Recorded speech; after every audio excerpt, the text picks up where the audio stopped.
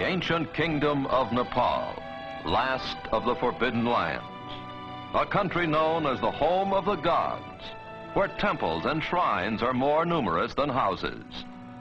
A land of contrasts, whose varied architecture marks it as the meeting place of two great religions of the East, Buddhism and Hinduism.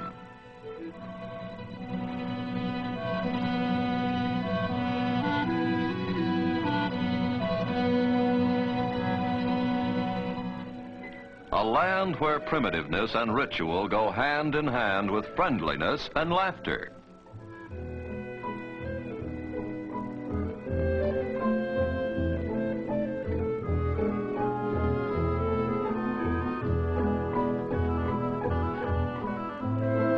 The intricate art and architecture of Nepal are a source of wonder to the few travelers from the Western world who have been permitted to see them. They bear testimony to the genius of a tribe of master craftsmen, the Newars, the original inhabitants of Nepal.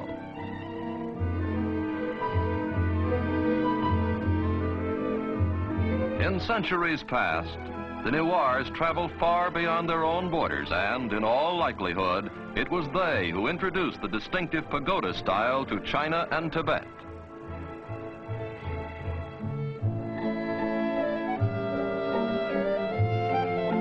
One of the crowning achievements of Newar architecture is the Temple of Bodhina, the magnet of all the great Buddhist pilgrimages. Fluttering prayer papers give the temple a festive air, while the glaring eyes of Buddha remind the faithful that their activities are being watched.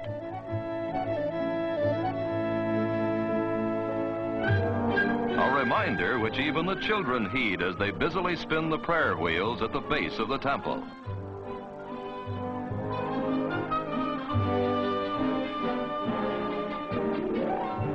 The 7 million inhabitants of Nepal live in a country ringed by mountains and guarded by jungle. There has been practically no contact with the Western world. For hundreds of years, each generation has known a primitive way of life, hardly any different from that of the generations preceding it.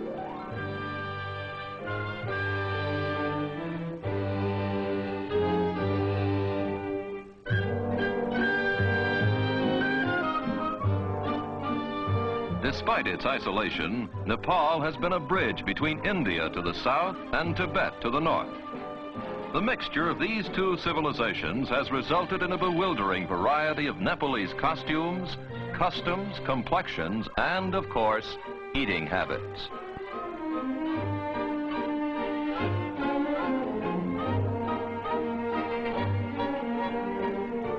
Here, a traveling Hindu fakir, or yogi, demonstrates the latest in imported headgear, a turban fashioned out of hair instead of fabric.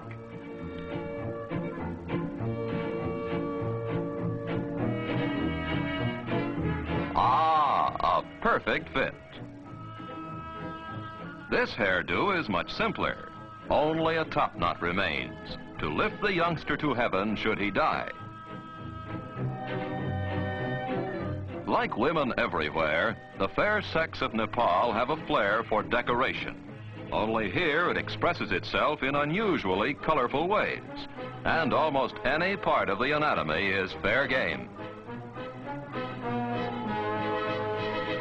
The Nepalese housewife has good cause for smiling. She's her husband's bank account. Instead of salting away his capital, hubby invests it in jewelry.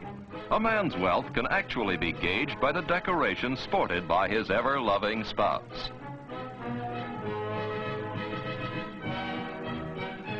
In a land where so many gods are worshipped, festivals and religious ceremonies occupy a good part of the time.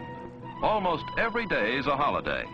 Some of the festivals are not only gay like this one, but also gory, like the annual Hindu festival of the Dasera, during which hundreds of buffaloes are decapitated as sacrifices to the goddess Durga. A wedding is also an occasion for celebration. It's an expensive affair, but not for the blushing bride. Her trousseau and ornaments are paid for by the groom, who also foots the bill for all the expenses of the elaborate ceremony.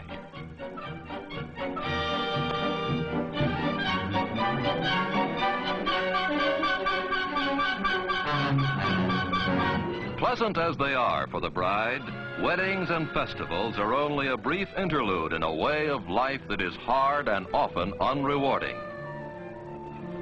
The soil is poor, the tools of agriculture are primitive, and even when a crop does grow, it's often raided by sacred monkeys and other animals which cannot be harmed. Near Kathmandu, the capital of Nepal, there are several small towns. One of these is Pashupati, the doorway of death. The townspeople do a thriving business carrying bundles of wood. For the great desire of the Hindu is to be cremated here and then set afloat in the holy waters of the Bagmati River.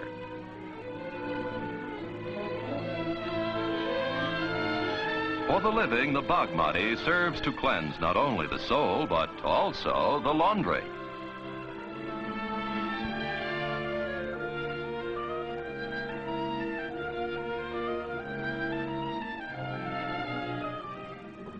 And now we come to the ruling tribe of Nepal, the Gurkhas. Almost 200 years ago, the ancestors of these soldiers defeated the Newars in bloody battle and took over the top spot in the kingdom. Since then, both the army and the government of Nepal have rested firmly in Gurkha hands.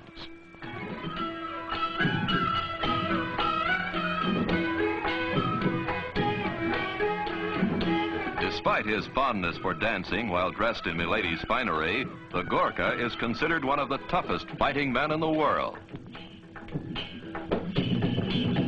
Gurkha regiments have fought valiantly in the British Army for many years.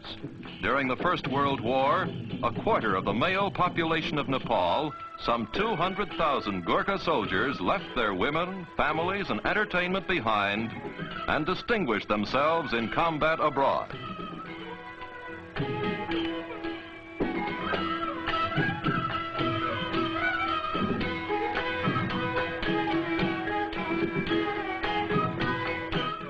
Although the Gurkhas have traveled beyond their own borders, Nepal itself, with its temples, beliefs, and people, has hardly been touched by what we call civilization. It remains a land of savagery, simplicity, and beauty. A land which only now is beginning to reveal its secrets and its splendors to a curious world.